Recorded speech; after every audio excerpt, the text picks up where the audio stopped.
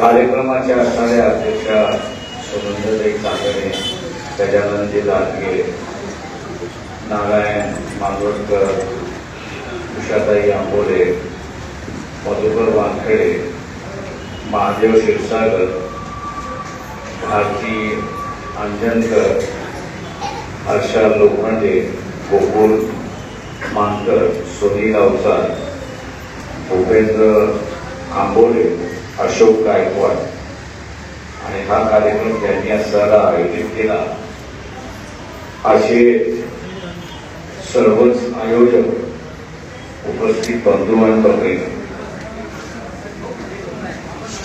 मी एक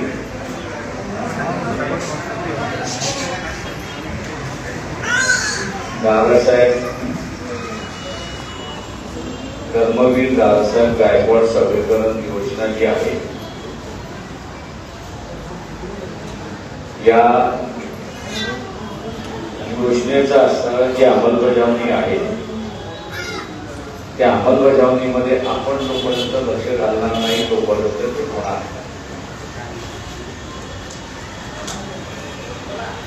दादासाहेब धर्मवीर दादासाहेब गायकवाड सबलीकरण योजना जी आहे ती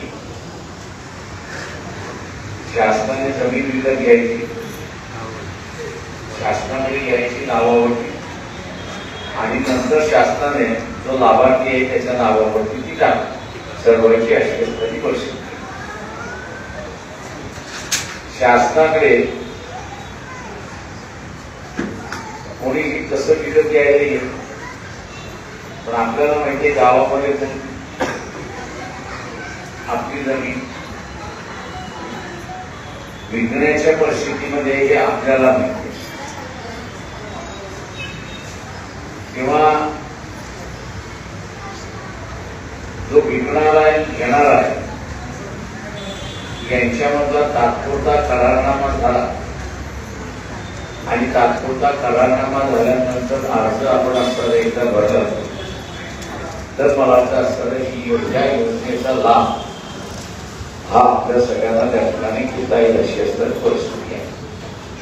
पण त्याच्यामध्ये मी जसं म्हणालो शासनाचा अधिकारी आम्हाला नेहमी सांगतो, नेहमी आम्हाला असं सांगतो आम्हाला जागाच मिळाली आणि जागा मिळाली नाही म्हणून ती तसंच राहतं आणि आलेला निधी दरवर्षी परत जातो अशी परिस्थिती आहे. की थांबवण्याच्या दृष्टिकोनातून मी जसं म्हटलं की एखादा चुका कुठली गावामध्ये त्याची जमीन विकत असेल त्याला असताना आपण एग्रीमेंट करून घेतला आणि नंतर त्याला हे दिलं तर आपल्याला असताना ती योजना चांगल्या रीतीने राबवता येते आपण असताना लक्षात.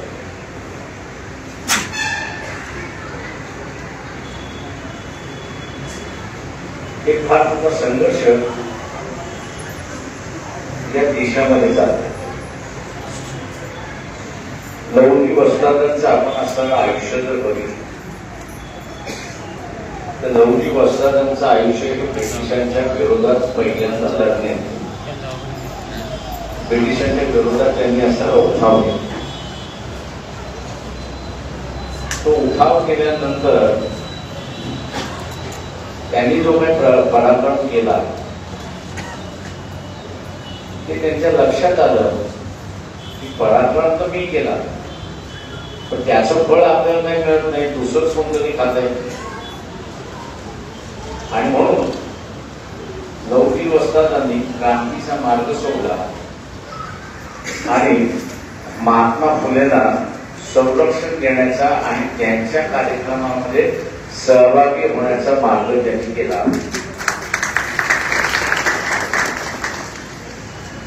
एका महात्मा फुलेंचं म्हणणं असं होतं की आतापर्यंत आपल्याला टाकण्यात आलं, आतापर्यंत जे आहे आपल्याला नाकारण्यात आलं, आतापर्यंत जे आपली हेटाळणी करण्यात आणि त्या व्यवस्थेतून आपल्याला बाहेर काढणारा हा अंग्रेज आहे. तेव्हा जोपर्यंत आपण बाहेर निघत नाही या सगळ्या व्यवस्थेपर्यंत, तोपर्यंत या अंग्रेजाला ठेवून एकदा आपण बाहेर निघालो की यालाही मनोभाव तू तुझ्या गावी जा, आम्ही आमच्या व्यवस्था त्या ठिकाणी बघू.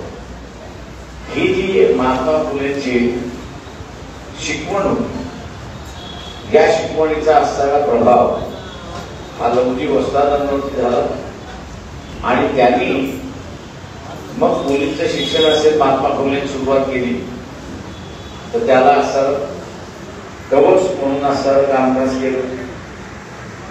हल्ला करण्याची वेळ आली ज्यावेळेस ते पुढे आले त्या ठिकाणी आणि बदलाची जी प्रक्रिया होती त्या बदलाच्या प्रक्रियेला असं त्या ठिकाणी ज्याला आपल्याला म्हणता येईल की पुढे गेले.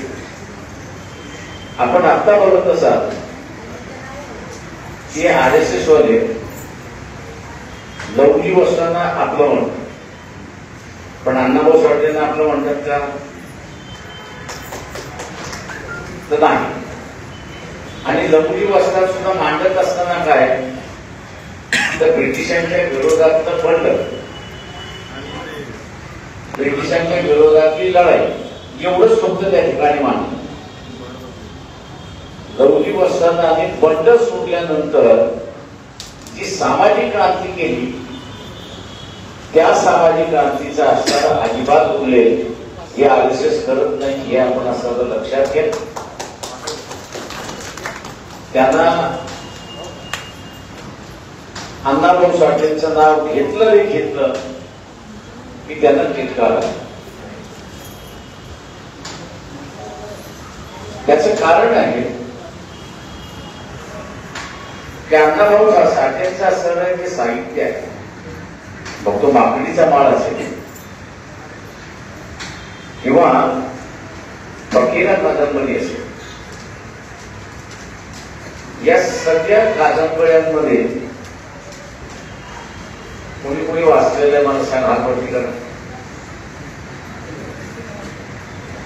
दोनच जणांनी वाचले.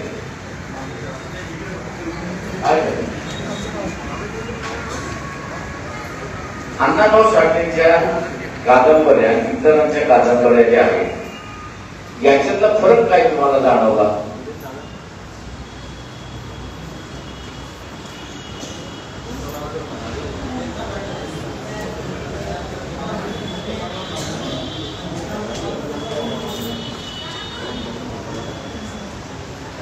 अण्णाभाऊ साठेंच्या कथेमधलं सगळ्यात मार्मिक आणि जे मनुस्मृतीवरती ज्याला आपण म्हणतो प्रहार करणारे,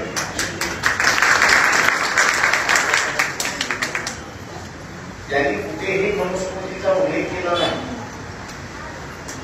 अण्णाभाऊ साठेंनी त्यांच्या कादंबरीमध्ये कुठेही मनुस्मृतीचा उल्लेख केला नाही, पण मनुस्मृतीने महिलांना कैदी केलं. मनुस्मृतीने कैदी कुणाला केलं तर महिलांना कैदी केलं. आणि अण्णाभाऊ साठेने स्वतःच्या असणाऱ्या कादंबरीमध्ये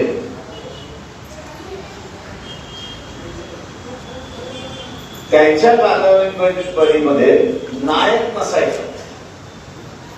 त्यांच्या कादंबरीची प्रत्येकी नायिका असेल हे आपण असताना बघितलं. मग ते स्मशानात सोनं असेल,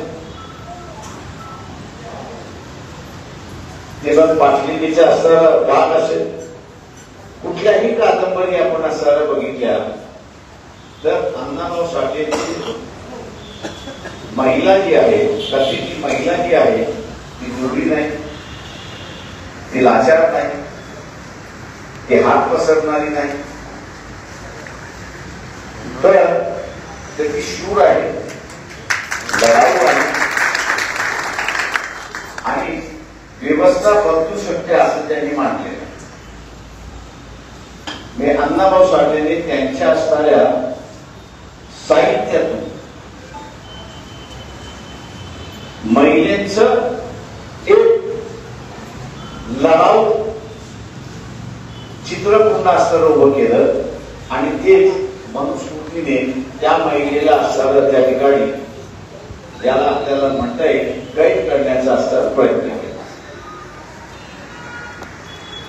अण्णाभाऊ साठे आपल्या इथे असताना लवजी वस्ताद जे आहे हे आपल्या इथे जेवढे पॉप्युलर आहे, जेवढे लोकप्रिय आहे, त्याच्यापेक्षा 10 पटीने हे लोकप्रिय रशियामध्ये होते.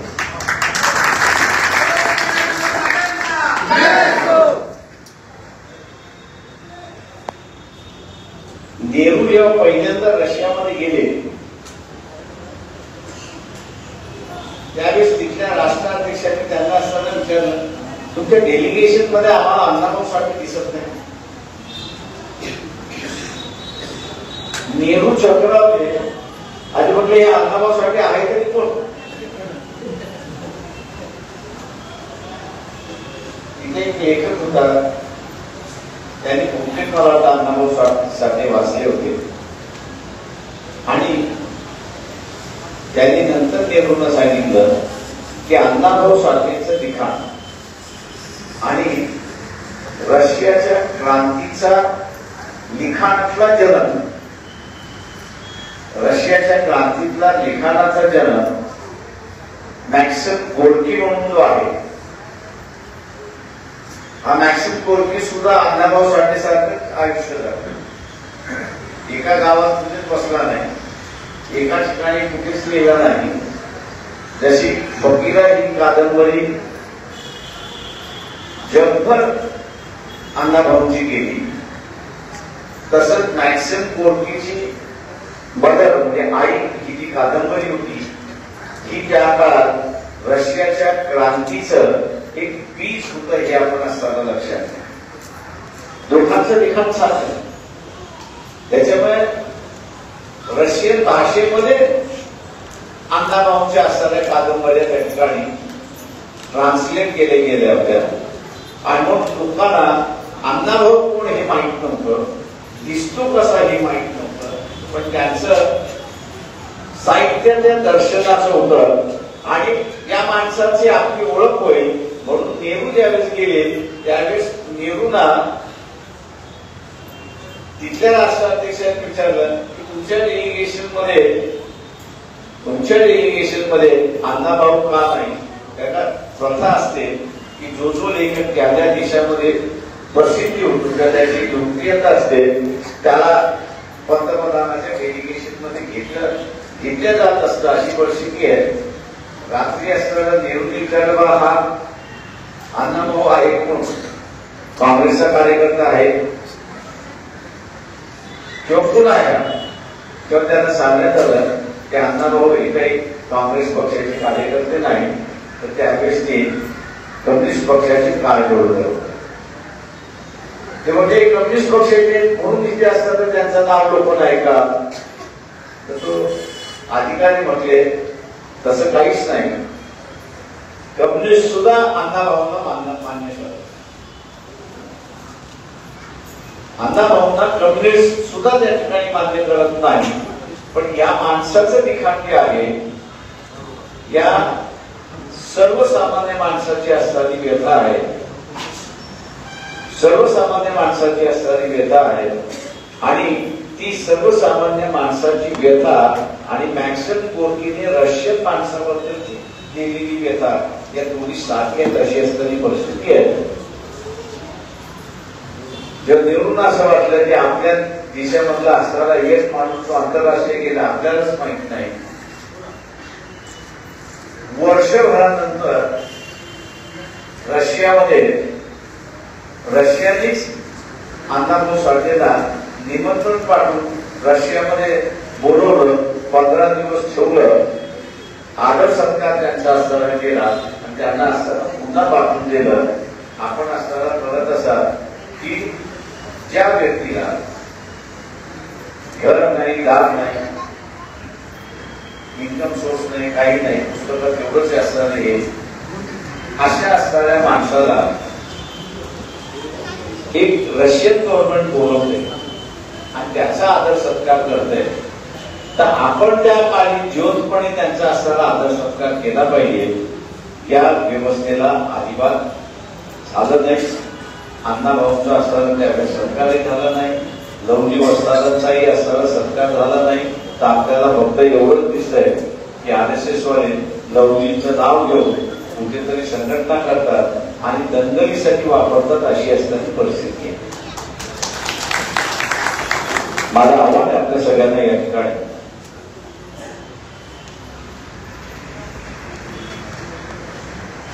आपल्याला सगळ्यात सोयी मिळालेली आहेत असं मी, आपल्याला सगळ्यात सोयी मिळाली, काही मिळायचं शिल्लक राहिलेलं नाही. फक्त एवढंच आहे की ते आपल्यापर्यंत पोहोचले. आता ते आपल्यापर्यंत पोहोचलं नाही याचं कारण का, तर जिथे वाटणी केल्या जाते किंवा दिल्या जातं असं म्हणता येईल, तिथे आपण नाही. जिथं दिलं जातं तिथे आपण नाही. जिल्हा परिषद आपल्याकडे आहे, पण जिल्हा परिषदेमध्ये ज्या 5-7 गोष्टी येतात त्या आपण असणार या ठिकाणी देतो. ते शक्य आहे. याचं कारण का, ते आपण त्या देणाऱ्याच्याच ठिकाणी आपण बसलेलो आहोत आणि म्हणून ते असणारं शक्य आहे. इथे या जिल्हा परिषदेपेक्षा वरचं जे आहे ते विधानसभा आहे, ते लोकसभा. म्हणून म्हटलं की आपल्याकडे काहीच नाही, म्हणजे मागणी करावी लागत नाही. दांडगे येतात की आपल्याला असं 12 गावांमध्ये समाज मंदिर बांधायचं आहे, ठराव होतो, मंजूर झाला, बजेट होतं, बांधायला सुरुवात होतं. वर्ष 1.5 वर्षामध्ये ते आपल्याला असणारं समाज मंदिर सुद्धा बांधलेलं त्या ठिकाणी. सोयी आहे, मी जसं म्हणालो सोयी आहे, पण आपण त्या ठिकाणी बसलो असल्यामुळे त्या जिल्ह्यामध्ये आपल्याला असणं शक्य आहे. पण त्या जिल्हा सोडला तर आपण कुठेच बसलेलो नाही, अशी असणारी परिस्थिती आहे. जातीच्या नावाने, धर्माच्या नावाने याच्यावरती आपल्याला असतं विभागलं जातं, अशी असणारी परिस्थिती आहे. आणि म्हणून याच्या बाहेर आपण असणारे येऊ, आपण केंद्रस्थानी त्या ठिकाणी बसलो पाहिजे. केंद्रस्थानी आपण बसलो तर मग आपल्याला असणारा बरोबर त्या ठिकाणी प्रत्येकाचा हिस्सा, प्रत्येकाचा वाटा हा आपल्याला असणारा त्या ठिकाणी देता येतो, अशी परिस्थिती आहे. नाही तर आपण आता काय करतो, अर्ज लिहितो, 15-20 जणांच्या सह्या करतो आणि आम्हाला हे पाहिजे असं आपण त्या ठिकाणी मग आपल्याला वाटतं येणारा पुढं चांगली मागणी आहे, विचार केला पाहिजे, समाज सुधारण्याची मागणी आहे. पण तो हे सांगत नाही की ही अंमलबजावणी होऊ शकते. तर काय इथे जी एक व्यवस्था आहे ती नेहमी माझ्या भाषणामध्ये म्हणत असतो की मुंबई ते शिजवणारा समूह इथल्या राज्यकर्त्याला पाहिजे. आता तुम्ही जर आर्थिक सक्षम झाला, स्वतःच्या पायावरती उभे राहिला, तर तुम्ही कोणाच्या उंबरट्या समोर राहणार का? आता तुम्ही जर समोर त्याच्या उंबरट्यावर उभं राहणार नाही, त्याला सत्ता कुठून मिळणार?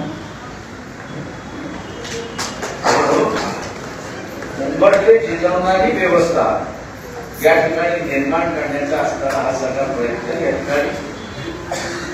आणि म्हणून ही व्यवस्थेतून आपल्याला बाहेर पडायचं असेल तर सत्तेच्या केंद्री हे आपल्याला त्या ठिकाणी बसवावं लागणार आहे. आजच्या असणारं महाराष्ट्राचं 6.5 लाख कोटीचं बजेट, संविधान असं म्हणतं की लोकसंख्येप्रमाणे एससीच्या आणि एसटीच्या विकासासाठी खर्च केला. आता 6.5 लाख कोटीचं बजेट आहे. महाराष्ट्रामध्ये आपली लोकसंख्या किती टक्केवारीप्रमाणे? टक्केवारीप्रमाणे किती? सर्व एससी हा असणारा 12.5%. आता 6.5 लाख कोटी लोकसंख्येप्रमाणे दिलं पाहिजे 12.5% किती होतात 40 कोटी कोणाचं गणित चांगलं आहे कोणाचं गणित चांगलं आहे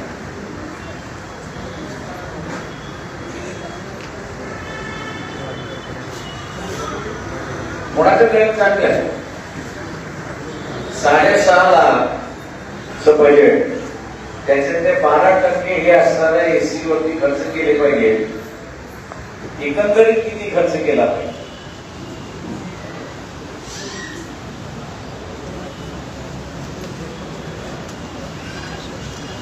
शाळेतून गेलो तर आत्महत्या करा किती आकडे होतात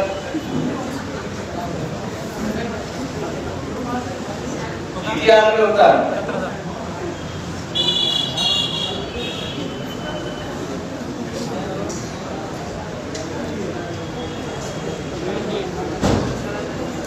बाळासाहेब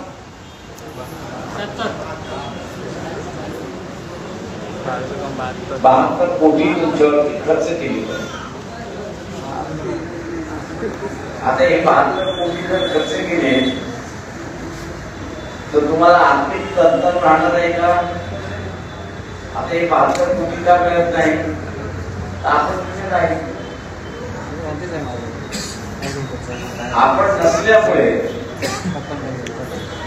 आपण नसल्यामुळे 72 कोटीवरती इतर जण का मारतात आपण एक जिल्हा परिषद आहोत तिथे आपल्या असणाऱ्या डल्ल्यावरती हात मारू देत नाही आपण आपल्याला आणतो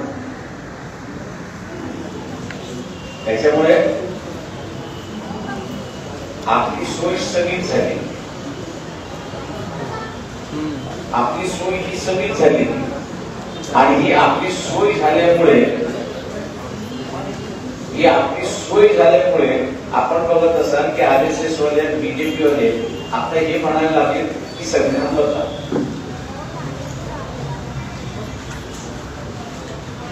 तर प्रत्येक SC समूहामधनं आता शिकलेला वर्ग येतो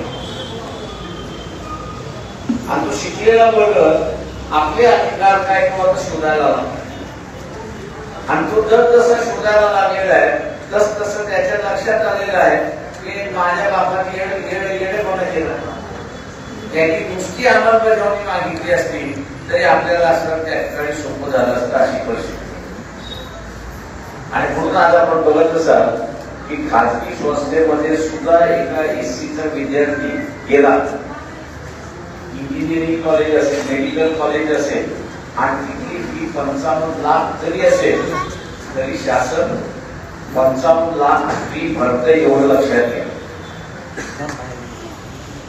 सोय झालेली आहे असं नाही की सोय नाही सोय झालेली आहे ज्याला माहिती तो आपला वापरतो आणि मग खाजगी संस्था ज्या आहेत की ज्यांच्याकडे आपण बघतो की 30-40 40-50 लाखात व्या लावतात तिथे सुद्धा आज SCचा विद्यार्थी आहे STचा विद्यार्थी आहे तिथे तो ऍडमिशन घेतो त्याला मिळते त्याच्या फिया हे सरकार भरतं हे आपण असणारं लक्षात सोय झालेली आहे अंमल करून घेण्याचा असणारा भाग त्या ठिकाणी राहिलेला आणि म्हणून हा अंमल करायचा असेल तर आपल्याला सत्तेवरती जाऊन त्या ठिकाणी महत्वाचं आहे आणि त्या सत्तेवरती बसलो हळूहळू हा दर वर्षाला 72,000 कोटी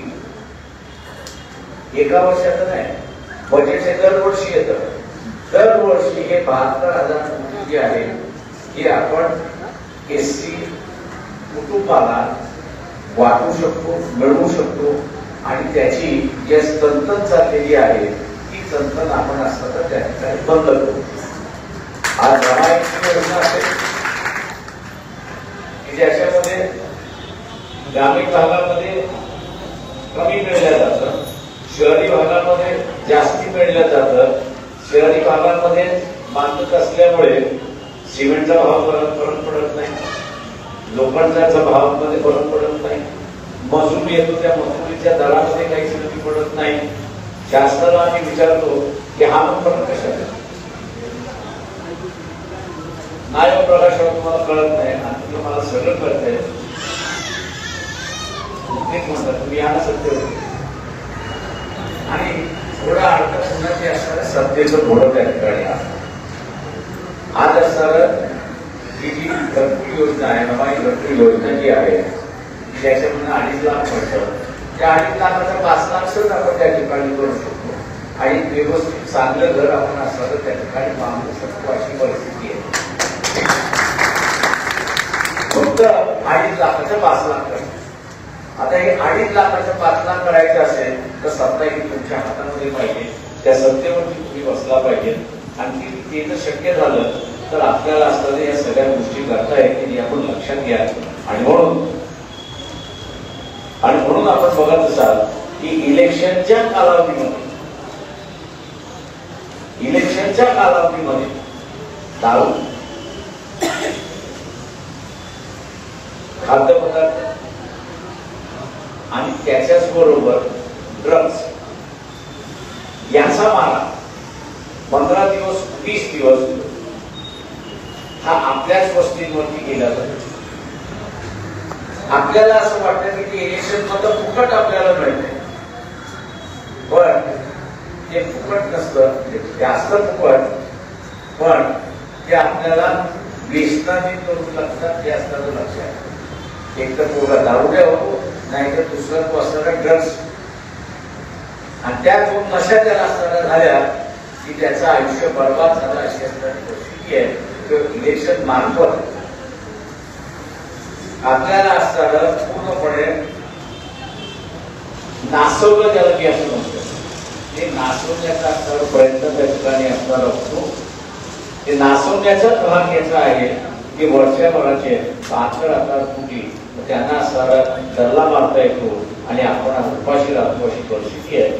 त्याच्यामुळे आपल्याला काही मिळालं नाही असं नाही सगळंच मिळालेलं आहे पण सगळंच मिळालेलं आपल्या पदरात येत नाही आपल्या ताटात येत नाही याचं कारण ते आपण सत्तेवरती नाही ते वाटप जिथे होतं तिथे आपण नाही जिथे वाटप होतं तिथे आपण असणारं गेलो पाहिजे आणि उद्याची लोकसभेची निवडणूक ही त्याच पद्धतीने आहे. आणि म्हणून जसं जसं विकास मधलं दलितांमधलं एससी मधलं शिक्षण वाढायला लागलंय तसं तसं आपण बघत असाल की RSS वाले म्हणतात आहे की हे संविधान बंद हे संविधान बदला म्हणून त्या ठिकाणी सांगतात. संविधान बदललं की स्कॉलरशिप गेली संविधान घेतलं की आरक्षण गेलं संविधान घेतलं की आपल्याला हानी याची गेली आणि आज जे ताट पाण्याने आपण सरळ जगतो हे अॅट्रॉसिटीचा कायदा असल्यामुळे आपण जगतो हे सगळे त्या ठिकाणी असणारं गेले तर आपलं असणारं जे सुरक्षितेचं कवच कुंडल जे आहे जे संविधानाने निर्माण केलेलं आपलं असणारं कवच कुंडल जे आहे ते कवच कुंडल हे काढायला निघालेले आहे. त्याला आपण असणारं हाणून पाडलं पाहिजे.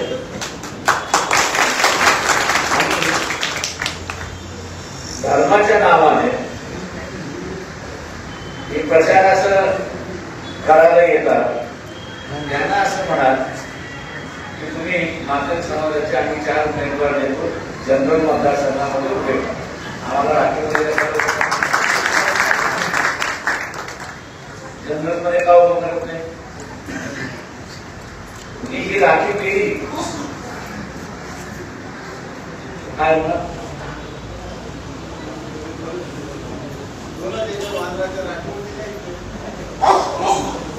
राखीव केलं तर होणार काय असं काय काही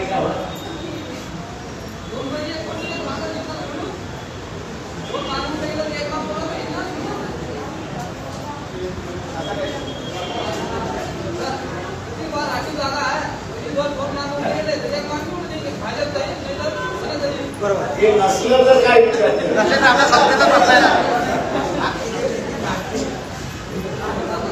आपल्याला सत्तेत वाटत भेटणार नाही साहेब सत्तेमध्ये वाटत भेटणार नाही त्याच्यामुळे आरक्षण असल्यामुळे नाक कोण जाऊन सगळं उमेदवारी द्यावी लागते.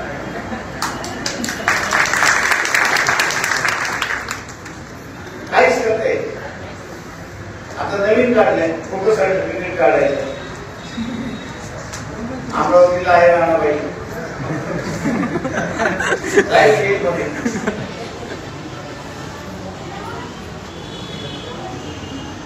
उद्या हे आरक्षण नसेल तर जनरल मध्ये आपल्याला उमेदवारी तर मिळत नाही. तेही जनरल होऊन जाईल, उमेदवारी आपली असताना संपली. म्हणजे एकदा राजकीय सत्तेमधला जो मार्ग होता तो राजकीय सत्तेमधला मार्ग बंद होतो हे आपण असं लक्षात घ्या. आणि म्हणून संविधान बदला हे आता पुष्कळी झाले, हे अमुक चाललंय असा आरएसएसचा जो प्रचार चाललाय तो प्रचार म्हणजे आपलं कवच पुन्हा काढणं हे आपण असताना त्या ठिकाणी ओळखलं पाहिजे.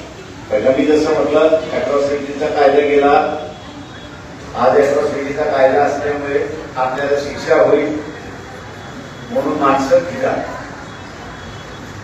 आज स्कॉलरशिप असल्यामुळे आपण शिकतो अशी असणारी परिस्थिती आहे. उद्या स्कॉलरशिप नसली तर आपण आपल्या मुलाला शिकू शकतो का? उद्या समजा आरक्षण संपलं, आपण शिकलो, आपल्याला नोकऱ्या मिळतील का? त्याच्यामुळे हे आपला असणारा कवच कुंडल आहे, याला वाचवणं सगळ्यात